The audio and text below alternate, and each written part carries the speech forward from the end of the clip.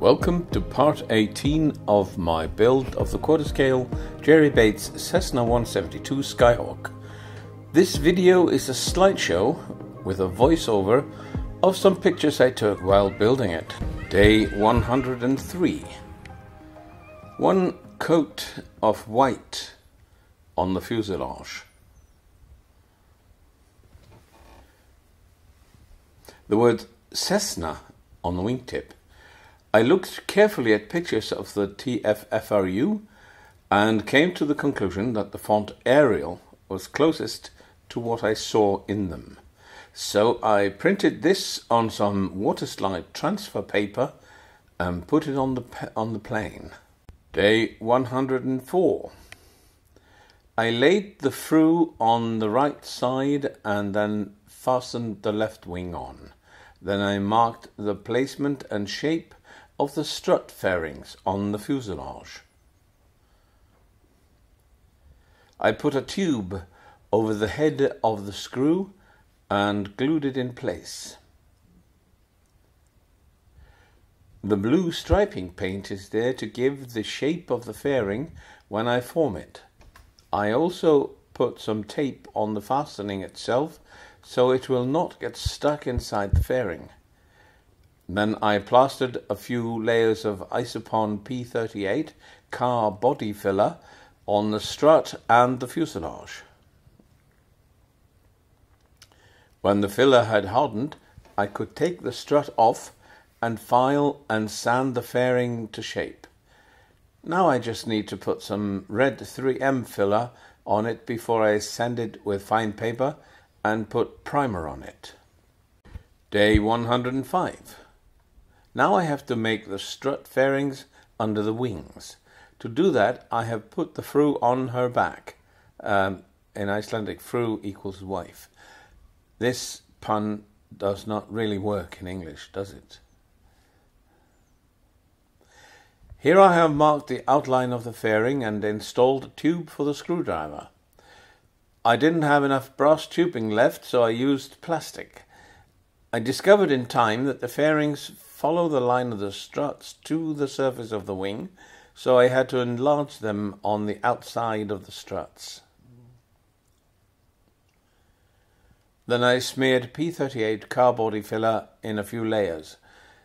I am going to allow this to harden until tomorrow before sanding the fairings into shape. Day 106. There is also a fairing around the main undercarriage where it meets the fuselage. I started by marking where it should be.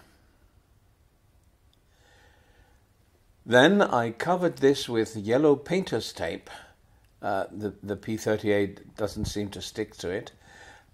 And smeared as much car body filler as I thought I needed. The cards are there to keep the joint where the lid is over the gear. And then there's a lot of carving and sanding. Fortunately, I have a sanding drum for my Proxon hand grinder, and it really came in handy here. Here we see the fairing on the underside of the fuselage. When everything had become reasonably hard, I had sanded away most of what needed to go, I could pry the fairings off. The larger part will be glued to the landing gear and the smaller part will be glued to the hatch above the gear. That way the gear can flex in a hard landing without breaking the fairings. Day 107. Here I have glued the fairings to the main gear and then taken the gear off the fuselage again. This needs some filler, primer and paint. And here we see it sprayed with white.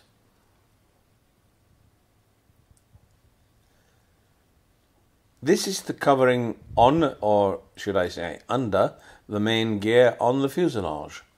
The fairings have been glued on the ends and some spraying has taken place. Day 108. The next thing is to install the engine, plumb the tank and connect everything as it should be.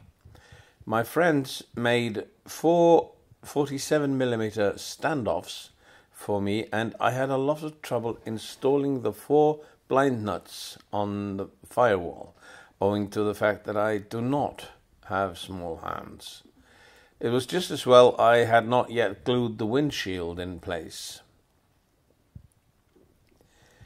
And then I bolted the motor on. For those who like to know this stuff, this is an RCGF Stinger 30T.